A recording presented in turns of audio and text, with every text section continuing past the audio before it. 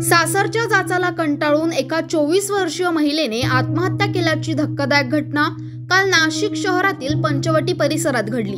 नेहा पवार असं आत्महत्या केलेल्या महिलेचं नाव आहे। या प्रकरणी सासरच्या 5 जणांवर पंचवटी पोलीस ठाण्यात गुन्हा दाखल करण्यात आला असून तिच्या पती सासूसह 3 नंदांना पोलिसांनी ताब्यात घेतलंय। याबाबत अधिक माहिती पंचवटी पोलीस ठाण्याचे पोलीस निरीक्षक सुनील पवार यांनी दिली आहे। तिचं आपण पीएम वगैरे रिपोर्ट आल्यानंतर आज रोजी तिच्या भावाच्या तक्रारीवरून आपण सदर आरोपींच्या विरुद्ध गुन्हा दाखल केलेला आहे।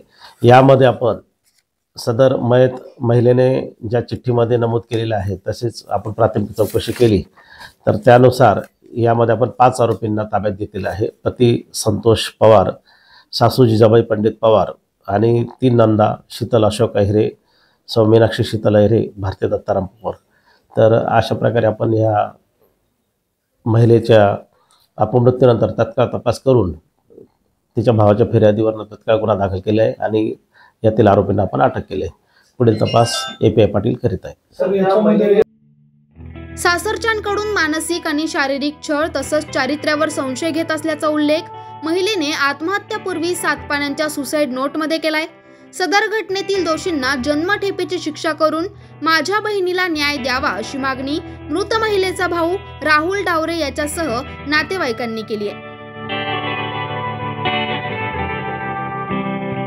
मृत महिलेच्या नातेवाईकांनी जिल्हा रुग्णालयात मोठ्या प्रमाणात गर्दी केली होती। धक्कादायक बाब म्हणजे या महिलेची कौमार्य चाचणी घेतल्याचा उल्लेख देखील आत्महत्यापूर्वी लिहिलेल्या नोटमध्ये करण्यात आलाय।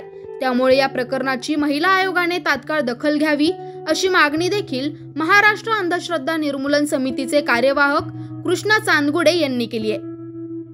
मागणी आमची हीच आहे का त्याला माझ्या बहिणीला न्याय मिळायला पाहिजे, त्यांना अटक झाली पाहिजे, त्यांनी खूप माझ्या जन्मठेप दिली पाहिजे, माझ्या बहिणीला न्याय मिळायला पाहिजे। आणि त्या लोकांनी खूप माझ्या बहिणीचा छळ केला, खूप त्रास दिला। खूप त्रास दिल्याच्या नंतर तिने मला फोनवर सांगितलं का असं असं झालेलं आहे। मी त्या विषयावरून मी तर एक फिर्याद दिलेली पंचवटी पोलीस स्टेशनला। तर माझी फक्त एवढंच विनंती आहे का त्यांना अटक झाली पाहिजे, त्यांना जन्मठेप झाली पाहिजे। तुमच्या बहिणीला जो त्रास दिला जात होता त्याच्यापूर्वी तुम्ही काही पोलीस ठाण्यात तक्रार वगैरे काहीच नाही। लग्नाला 6 महिने झालेले होते तर आम्ही ते पोलीस स्टेशन मध्ये जायचा काही विषयच नव्हता आणि तिने आम्हाला कधी कळवलं पण नाही का एवढा त्रास आहे म्हणून, एवढा त्रास आहे म्हणून। फक्त रक्षाबंधनच्या वेळेस ती आमच्या घरी आली। घरी आल्याच्या नंतर तिने असं सांगितलं का भाऊ ते लोक मला बोलवत आहेत। 10 दिवसाकरता त्यांनी पाठवलेलं होतं तिला। तर 10 दिवसाकरता नंतर पाठवलं, त्याच्यानंतर ते टॉर्चर करायला लागले, बा तुम्ही पाठवून द्या तिला असं तसं। मग तिची तब्येत थोडी खराब होती तर मग आपण तिला पाठवून दिलं 10 दिवसांनी। मग त्याच्यानंतर दिवाळीत परत आणलं आम्ही तिला। तर दिवाळीत त्यांनी खूप त्रास दिलाय, तिचा मानसिक छळ बी केला, परत तिच्यावरती काही आरोप बी लावले तिला, म्हणजे खूपच त्रास दिलेला आहे का म्हणजे तिला डायरेक्ट तिच्या चरित्र्यावरती बी संशय घेतला। म्हणजे तिला म्हणजे पर्यायच नव्हता काय करू काय नाही। मग तिने शेवटचा पर्याय तो निवडला आणि शेवट तिने तिचा जीव संपवला, हे केलं।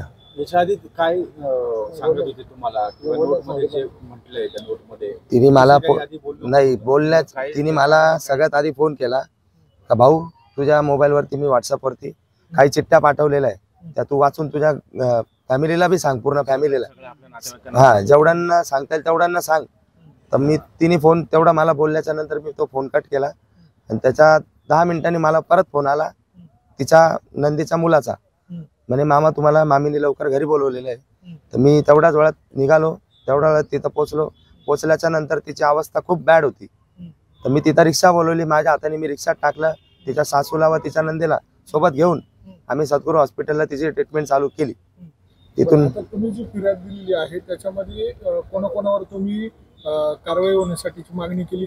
तिच्या नवऱ्यावरती, तिच्या 3 नंदांवरती, सासूंवरती, या 5 आरोप्यांना अटक झाली पाहिजे, यांच्यावरती गुन्हा दाखल झालाच पाहिजे।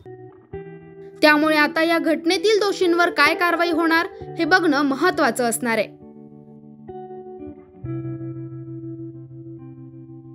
9 न्यूज महाराष्ट्रासाठी प्रतिनिधी अमोल वाघमोडे, नाशिक.